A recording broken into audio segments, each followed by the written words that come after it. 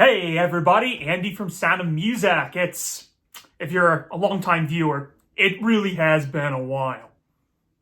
But I digress.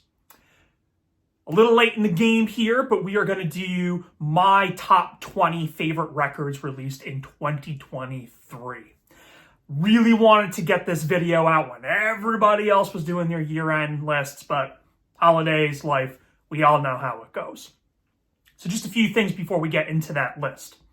First of all, our YouTube channel, Sound of Music. Both myself and my co-host, Robbie, we've been doing this for almost going on 5 years now. We've done things such as going through the King Crimson discography. We've got about halfway through the David Bowie discography. We've done other videos together, both in podcast and video form, and we've done our own separate things as well, too. Check out my ongoing series, Journey of Music, where I go through my top 10 favorite albums of each year. I've started with 1965, and we've done a list for that year, 1966, 1967. Hopefully 1968 comes soon, as it has been over a year at this point, but I digress again. In addition to that, we also have a podcast that we started called Talkin' Music that I do co-host with Rob. We have 2 episodes up so far. We'll have them in the link somewhere. That is a podcast. We have that in audio only on all streaming platforms, as well as on our main Sound of Music channel. So let's talk about 2023 for a moment here from a musical standpoint.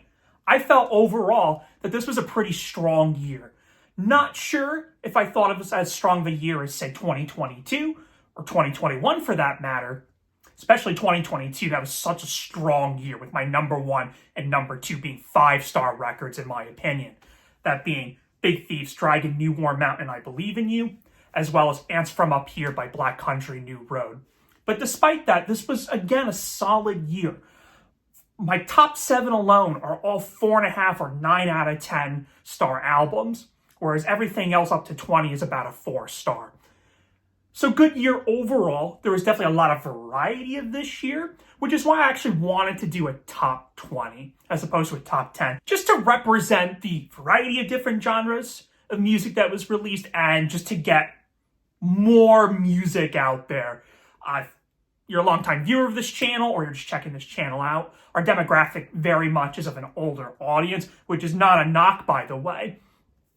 All the more reason to talk new music because new music's out there. There's plenty of great stuff. You just have to know where to look. I do have to admit that I did slack as far as how much new music I did check out. I believe I checked out a total of 39 new releases this past year, whereas the year prior to that, 2022, I think I maybe only checked out 22 releases. So we did better, but still not enough. And some of those other releases in that top 39, I haven't given as much time. I'm just not comfortable talking about. So finally, before we get to the list, I just want to say that if you've watched some of my other Journey Through Music top 10s, these are not going to be as in-depth individual reviews. I'm just going to list the top 20, give a brief thought, and that's going to be about it. But of course, we've got to do honorable mentions as per usual before we get started. So my honorable mentions are A.V. Tare from Animal Collective's most recent album, Sevens. Then after that, High Pulp, Days in the Desert. Great jazz fusion, new jazz record. We're keeping that in, by the way. Then we have Joanna Sternsberg, I've Got Me, an up-and-coming singer-songwriter. Phenomenal record.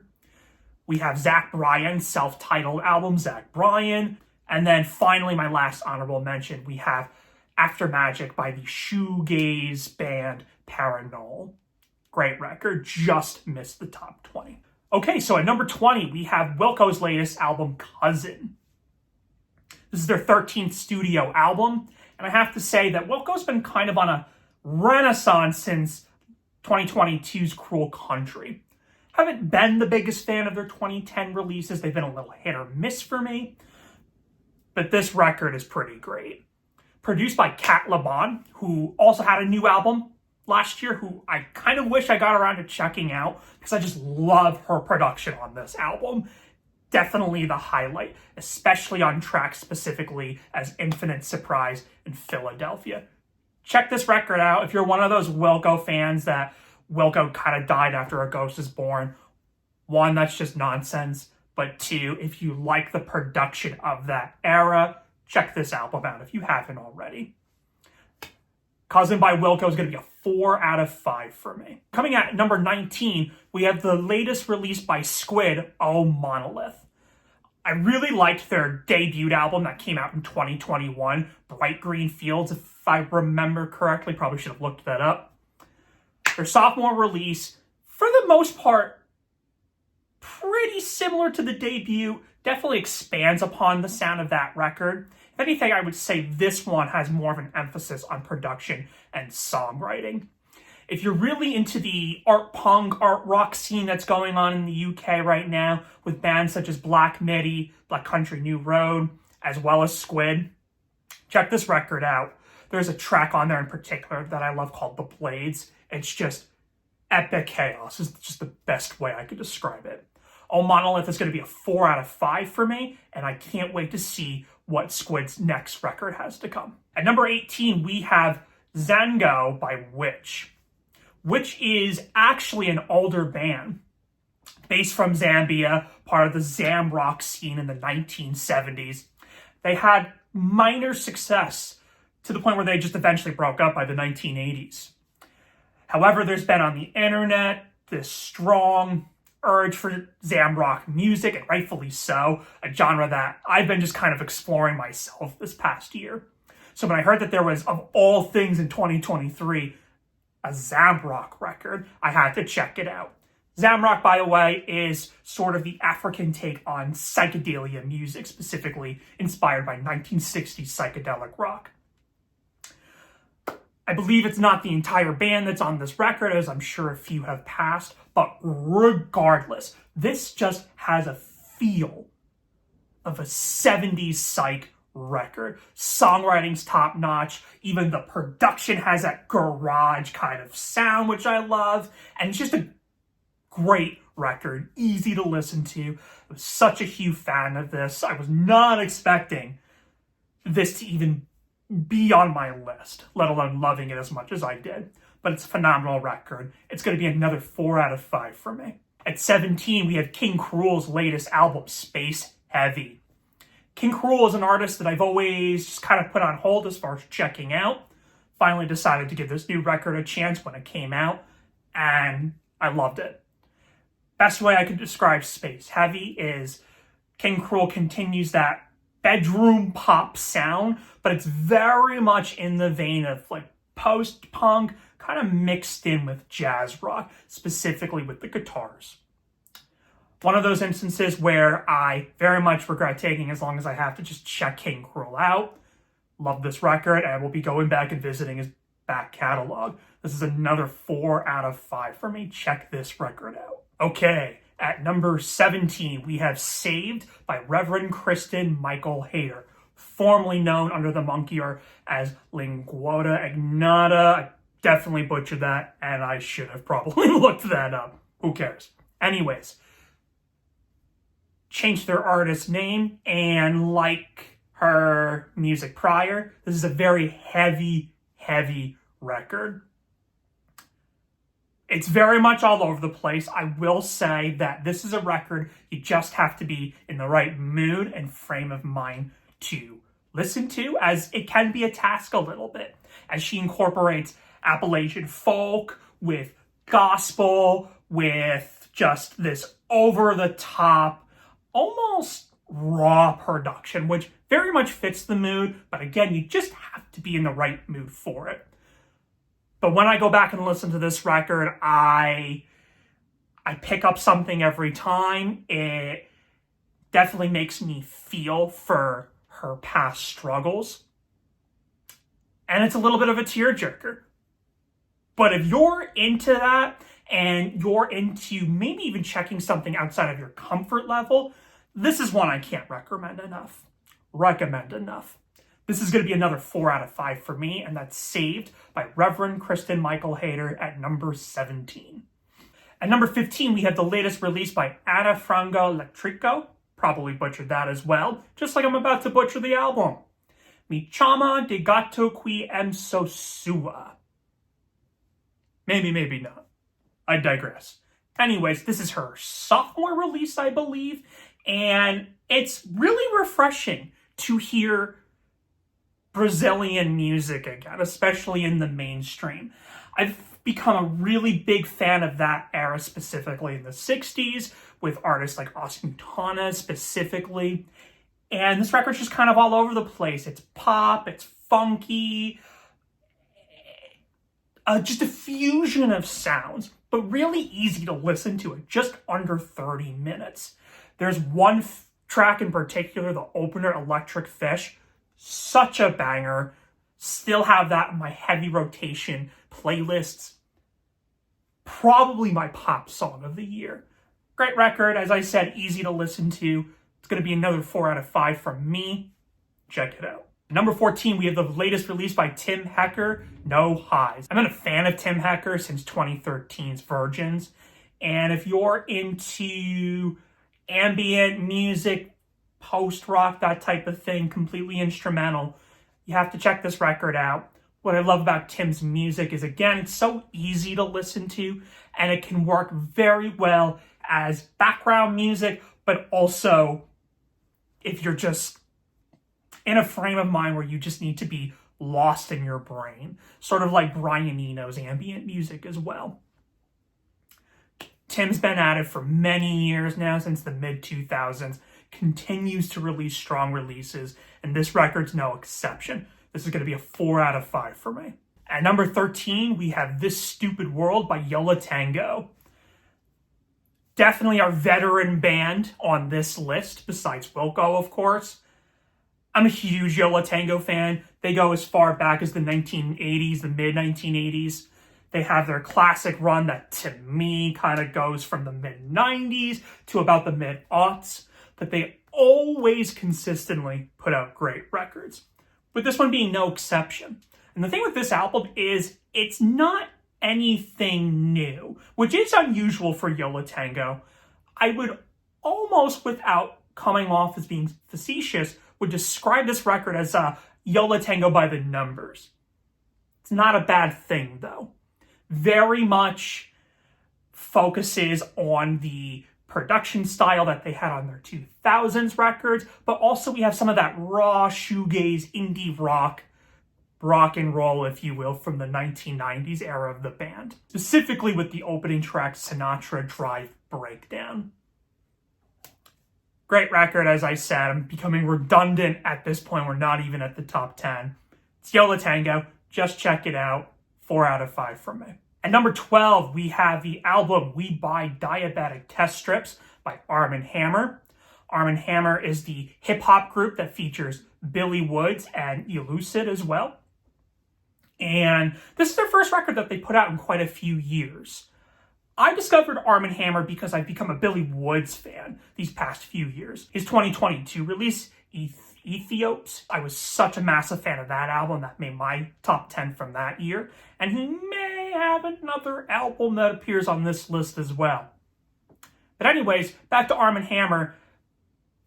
This album probably gets the award for the best produced album of 2023. The production is immaculate. Very much in the vein of 90s hip-hop, but also some of that early 2000s hip-hop, specifically Madvillain. There's a song on here called I Keep a Mirror in My Pocket. Favorite track off the record, by the way. It's just so entrancing. And that word is really the best way I could describe this record overall. This is going to be one that definitely grows on me for sure, as I do need to spend more time on it. But for now, it is going to be another 4 out of 5 from me. Okay, at number 11, we have the latest release by Jessie Ware, That Feels Good. I got into Jessie Ware in between records. Her 2020 release, What's Your Pleasure, had a lot of critical acclaim. Buddy of mine recommended her, and I instantly loved that record. And I think I even like this one even more. Not a whole lot I could say about it in terms of sound, other than it's just this really awesome 70s throwback with funk, soul, disco, but with modern touches, specifically in the production department. This is another easy album to listen to with banger after banger. 2 solid releases in a row. I can't wait to see what she has coming next. This is going to be another 4 out of 5 for me. All right, we're getting into the top 10. And at number 10, we have the album Beloved Paradise Jazz by McKinley Dixon. If you follow this channel, listen to our podcast, it's no secret that I'm a big jazz fan. And when it comes to hip-hop, I tend to lean more towards jazz rap specifically. And that's really what this record is in a nutshell. Another easy record to listen to, just clocking in at under 30 minutes. This is just a record that's banger after banger in my opinion. Specifically with the track Sun I Arise.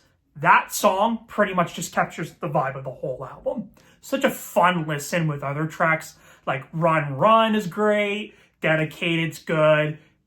This is just such a fun album. Again, like I said, easy listen. This is another one of your into that jazz rap fusion style. Check this one out. This is going to be a 4 out of 5 record for me. At number 9, we have another hip hop release. And that's going to be the latest album by Danny Brown, Quaranta. I'm having a hard time with pronunciation today. Judge me in the comments. Anyways, before I get into that album, I know for a lot of people, Danny's collab album with JPEG Mafia was album of the year. And I really liked that album. Not going to appear on this list because I just didn't spend enough time with that record. That album that I'm referring to, by the way, is Scaring the Hose. But this album, this latest solo project by Danny, I absolutely fell in love with instantly. I've been a little late on the Danny Brown game. I started out with the Atrocity Exposition, his 2016 release, which many cite as his best, I myself included. But with this record, it's almost kind of like the spiritual successor to 2013's Triple X. And I say that because this is a very reflective record. When Danny put out Triple X, he had just turned 30, I believe. Whereas this record, he's now in his early 40s. And he's a different person than he was a decade ago. Very much reflecting on his drug usage, being a single father, all of that stuff. Just a very mature sounding album. I have to point out, being a huge Star Wars fan, I love the no sample on track 2, Tantor. I hysterically laughed the second I heard that the first time. Anyways, if you're a Danny Brown fan, this one's great. It's going to be another 4 out of 5 stars for me. At number 8, we have a record called Uma by the band Back Cover. Japanese band. These guys are great. This is a band I have no idea how I've missed up to this point. Again, another record under 30 minutes. So this is a quick one to listen to, but I wouldn't necessarily say easy. This is very much in that arty rock punk world. I mentioned before, if you like the UK scene that's going on with bands like Black Midi and Squid, then definitely check this one out. Where these guys stand out is the jazz rock influence that they bring. Combine that with that art rock style, this is a very intense record. But it's such a ride. It's another one of these albums. I pick up something new every time. And that's just going to be the case for the many subsequent times I listen to this album. Because this is still an album that's on heavy rotation for me still to this day. This is going to be another 4 out of 5 album. Check out Japan's Back Cover. All right, here we are at number 7. And before I reveal my number 7, I'm going to just say from this point on, from 7 all the way to 1, these are all 4.5 out of 5 stars or 9 out of 10 stars, just for the sake of not being redundant. So number 7 is going to be Oh Me, Oh My by Lonnie Holley. Kind of similar to the Witch record that we spoke about earlier. Lonnie Holley is an older artist, specifically in his 70s. He started recording and making music not until the early 2010s, starting with the critically acclaimed album Just Before Music, released in 2012. And he's just been kind of at it ever since. very much in the vein of jazz poetry. This latest release by Lonnie is just stunning in every sense of the word. There's a track on this record called I Am a Part of the Wonder Rules, which is very much in the vein of cosmic jazz, such as Pharoah Sanders and Sun Ra, but is also this gospel ride as well, too. So cool. Another song I love on here called Mount Megs is very much in the vein of avant-garde jazz meets post-punk. So very much up my alley, needless to say. There's a lot of great and diverse guest appearances on this record, ranging from Michael Stipe from R.E.M., Bon Iver, Moore Mother, who's known to collaborate with Billy Woods quite a bit, Sharon Van Etten, as well as Jeff Parker, who is a phenomenal jazz guitarist that everyone should just be familiar with. But this is a fantastic album by Lonnie Holley. I hope that he continues to release more music. This will be another album that just continues to grow every time, and I wouldn't be surprised if it becomes a 5-star album at some point. But like I said, for now where it stands, it is a 4.5 out of 5. Said we weren't doing that anymore. I digress. Check this album out. Number 7. Okay, so at number 6, we have 3D Country by the band Geese. Where do you even begin to describe this record? 3D Country is one of these records that just combines a variety of genres. And that could be hit or miss when bands and artists do that. However, for this record, very much a hit. There are influences of psychedelic rock, post-punk, again, art rock. I've been throwing that genre a lot throughout this video. Country, gospel, everything. And it works. The opening track, 2122, that song not only rips, but it very much gives you an idea of what you're getting yourself into with this record. I also really love the title track as well, 3D Country. Very much in the vein of cosmic psych, like Gene Clark, Graham Parsons, that kind of stuff, but just over the top.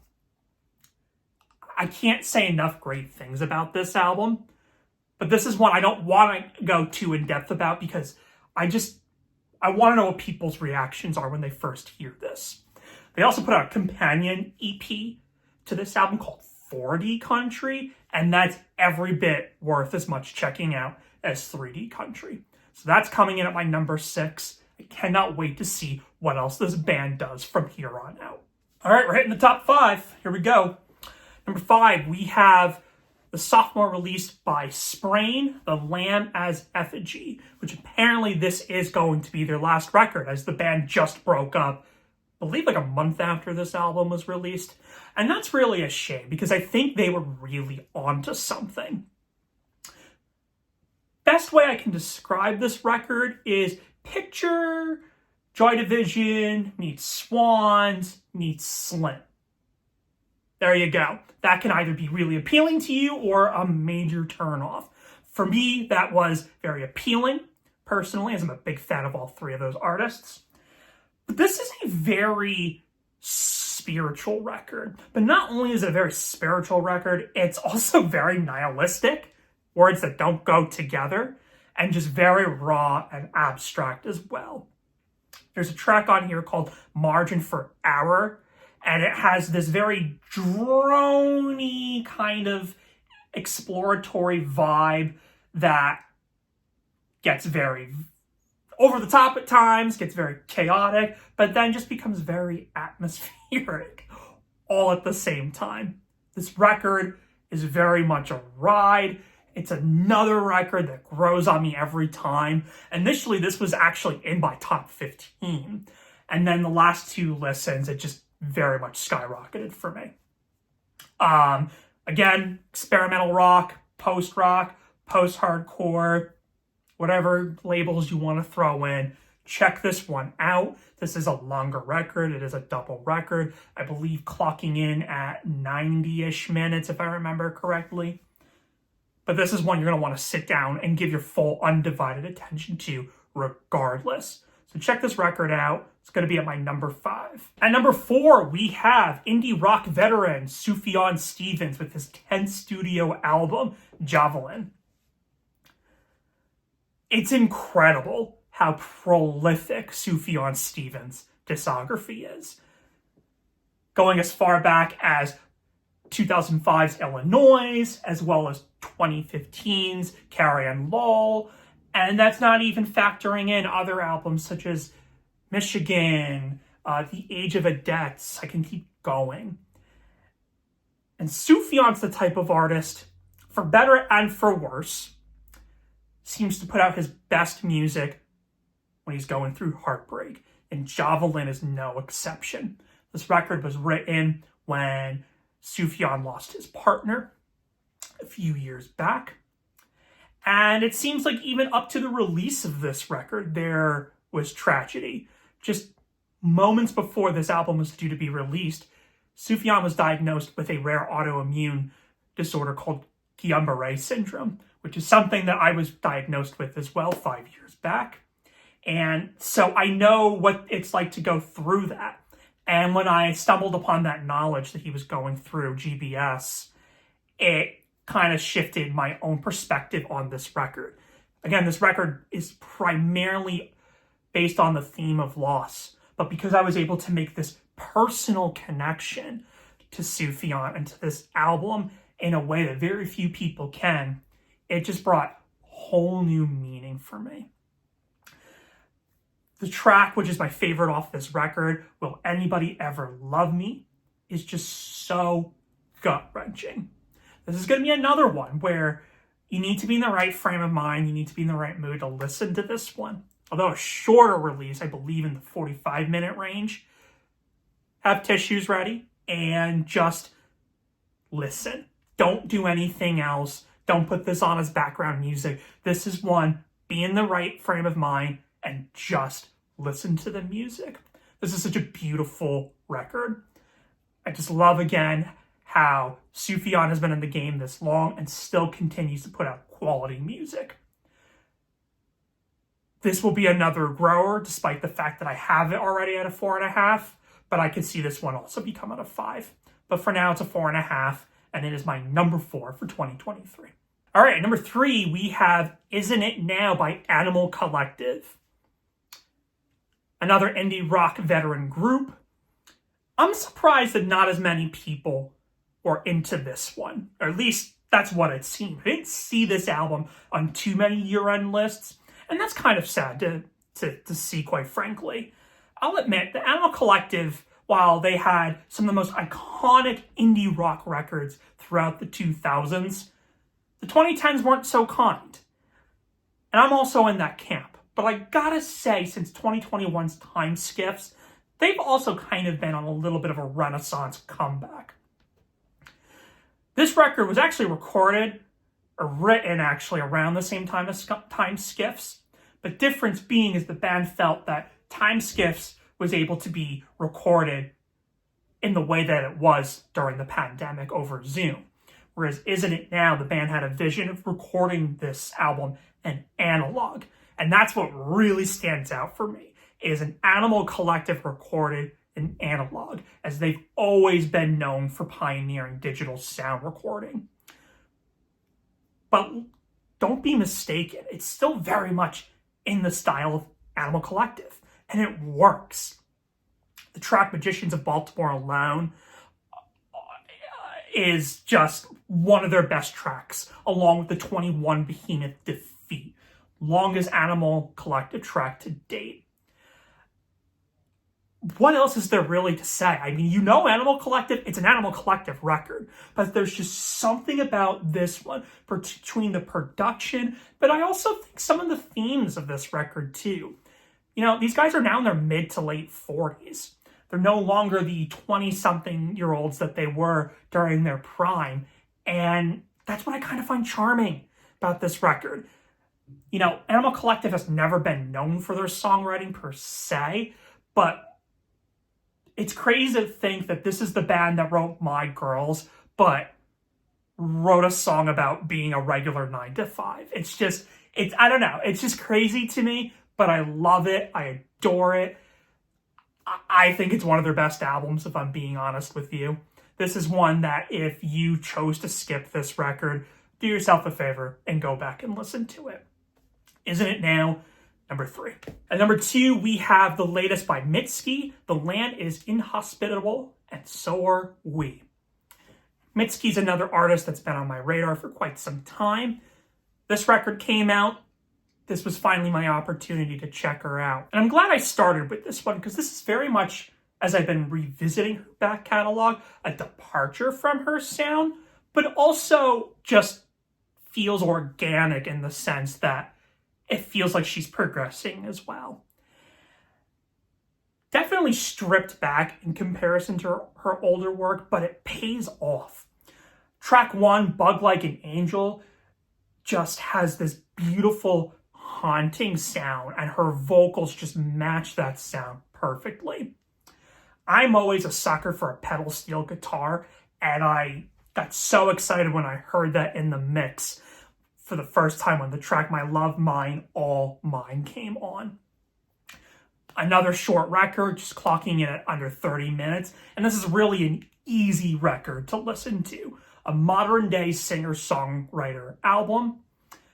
As much as I've become a fan of hers, both on this record and her prior discography, I can't wait to see where she goes from here. So that's at my number 2, Mitski. The land is inhospitable, and so are we. All right, finally, we're at number 1. And my album of the year for 2023 is going to be Maps by Billy Woods and Kenny Siegel. So Billy Woods making it on my list twice with the Arm & Hammer record, as well as this album. And to me, Billy is just the GOAT right now in hip-hop, at least in my opinion. And I've just become such a huge fan of his since last year's Ethiops record. I've been diving into the other Arm & Hammer records, as well as his solo records, and just tons and tons of collabs that he's done over the years.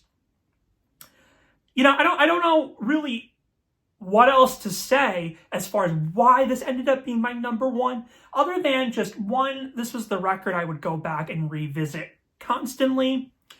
But also, as I alluded to before with some of my other hip-hop choices, I'm a big jazz fan, and this record very much is influenced and definitely samples a lot of jazz. There's a track on here called Blue Smoke, which is literally rap-free jazz. That's the best way I could describe it. This one just came down to feeling for me. This is another record that over time I can see hitting that 5-star rating, as subjective as rating music is. But yeah, this was just an instant for me. And that's really all I have to say. I know it's not the most in-depth review, but this was just the one for me this year. And yeah, that's really all I have to say. But this is one, if you're just a fan of the genre, check it out. You know, I think as I said, in terms of hip-hop right now, Billy Woods is the GOAT. He's the king right now. I would even put him over someone like Kendrick Lamar, in my opinion, which may be a hot take, but who cares? So that's my number 1, Maps, Billy Woods, Kenny Siegel. This made a lot of people's year-end lists, so most people, if you're following, Write Your Music, The Needle Drop, Pitchfork, all of that, this record, and rightfully so. But if you haven't heard this one, definitely check it out. Can't recommend it enough. So that's my top 20 for 2023. Till next time, guys. Peace.